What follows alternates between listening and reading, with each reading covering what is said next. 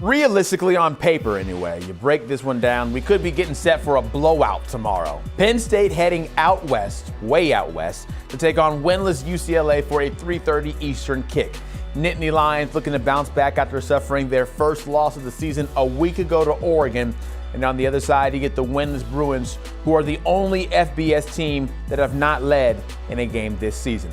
Penn State looking to extend this streak out to 35, taking on unranked opponents. It is the third longest streak in the country, racking up dubs, with their last loss to an unranked opponent coming back in 2021, that 9 OT game against Illinois. We now welcome in Tyler Donohue, who covers Penn State for 24/7 Sports, and David Woods, also with 24/7 and covering UCLA. Let's get into this one, fellas. And Tyler, I'll start with you because the quest to get back after a loss is certainly something that should be studied. With a team that had such high expectations and you lose to Oregon in the fashion you did, what's the vibe around the program right now after a loss that certainly was a tough pill to swallow?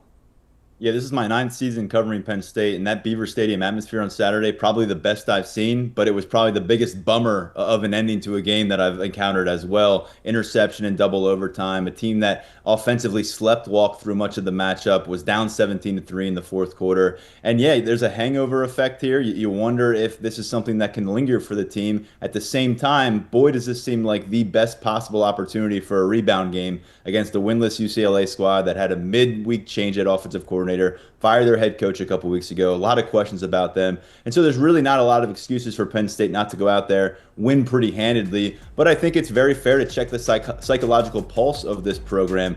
All offseason, we heard that they were believing in themselves. They were going to chase that national championship. It wasn't just external expectations. They were elevated inside, and their first chance to do that on a national stage fell very short of expectations. They did end up having a lead in overtime, but again, when you trail 17-3 in front of your home crowd in the fourth quarter, that is not the result you were anticipating. That is not the performance you were anticipating. And offensively, we really need to get a read on where Penn State's going to be moving forward. They've got UCLA and Northwestern in a bye, then a trip out to Ohio State. So if they're going to get things moving, it has to happen now. There's elevated heat on offensive coordinator Andy Kotelnicki in year 2, elevated heat on Drew Aller, who will make his 34th career start on Saturday, but has looked uncomfortable for much of the season so far. And a guy like Nick Singleton on offense too. Where's his head at right now? 1.8 yards per carry against Oregon. He's been pretty pedestrian much of this season, and he was a preseason All-American pick by many outlets. So I think offensively is where I worry about this team, with any lingering effects about their self-doubt perhaps coming off the Oregon loss. I'd have to say offensively, you have to worry about UCLA, where they stand too, averaging 14.2 points per game, one of the worst in all of FBS. And David, it's like point blank period. It has not been a good year for the Bruins or Nico Iamaleava. He just has 4 touchdowns thrown compared to 3 interceptions. And not to really hammer it home here, David, but you did tweet this out a few months ago. Adding Nico Iamaleava is a huge swing that Deshaun Foster needed to take, and it's a coup de landum, circumstances be damned. Adding a QB of his caliber changes the complexion of next season, and by that token has the potential to change the program's overall trajectory. That was April 20th. As you pointed out, that aged like fine milk. How do you feel about the way things stand right now, David? Well, I will say it was a huge swing still. It was a big swing and a miss for Deshaun Foster. I think the big thing there is I wouldn't blame Nico for UCLA's problems right now. They go far beyond just the quarterback. I think if everyone recalibrated their expectations for Nico Iamaleava, he's a talented prospect who can turn out to be an NFL player, but he's a long way from that at this point.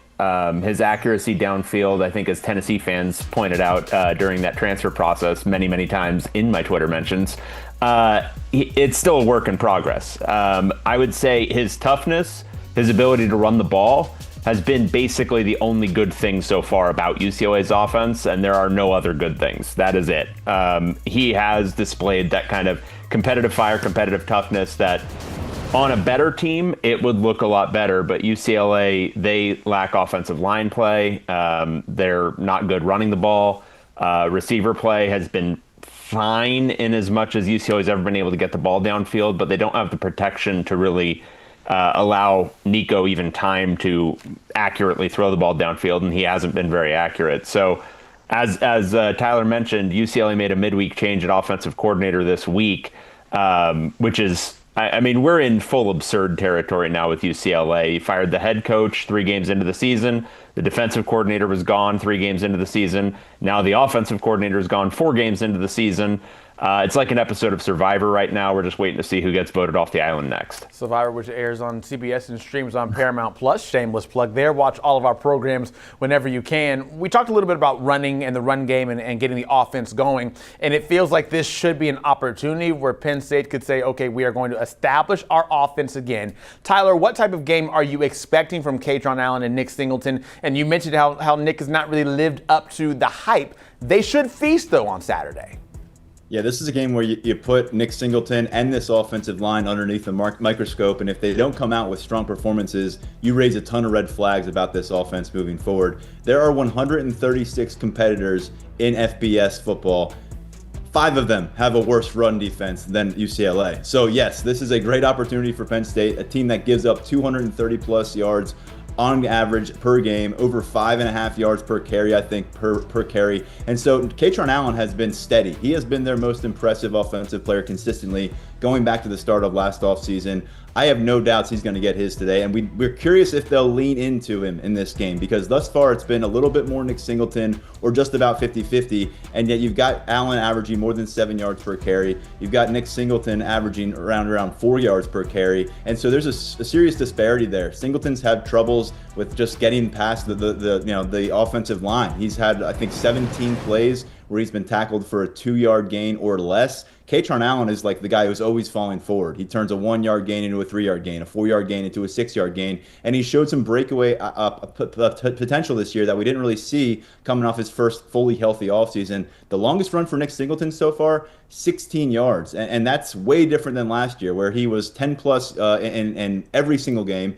He was 40 plus in 4 different games. He had 2 games this year where his longest run was 6 yards. And so this offensive line was being discussed as in the realm of the 1994 O-line here at Penn State. That's the last time they went undefeated. Thus far, that has been a huge, underwhelming unit.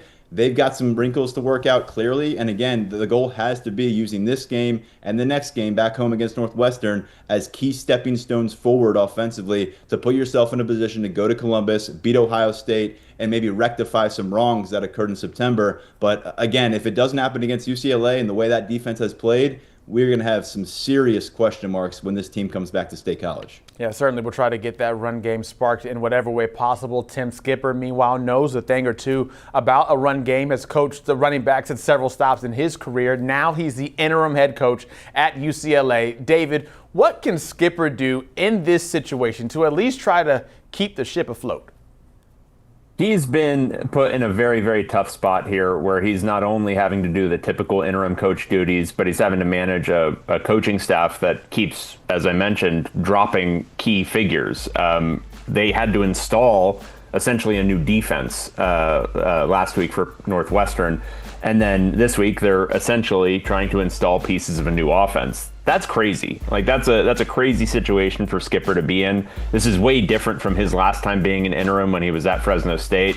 Much more chaotic situation. I think his job at this point is to just try to keep the players engaged, keep them active. I think the biggest priority right now for UCLA, aside from the coaching search, which is happening behind the scenes, is to try to maintain this roster. UCLA is still in the 30-day window after Deshaun Foster's firing, where guys can enter the transfer portal. This is the 5th game of the season, so guys who may want to still redshirt this year, whether or not they play in this game is actually fairly significant. So I think for him, it's maintaining the morale of this team, trying to keep them up to just compete in these games. I think against Northwestern, we saw signs of them not really competing hard at the beginning of that game, and you got to feel for them. It's a really tough situation, but nobody wants to watch that.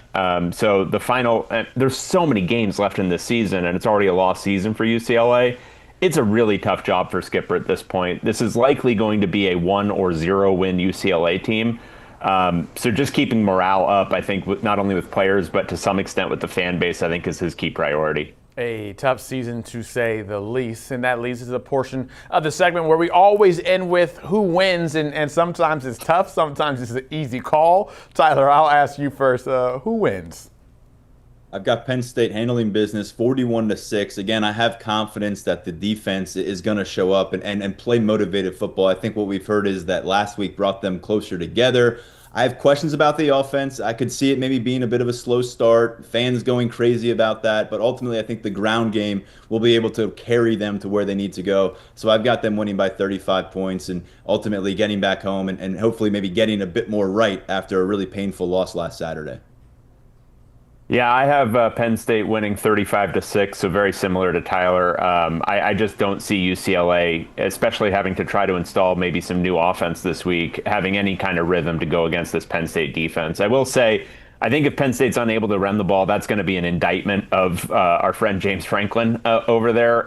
They should be able to just control this game on the ground, run the ball down UCLA's throats, and win this one handily and cover.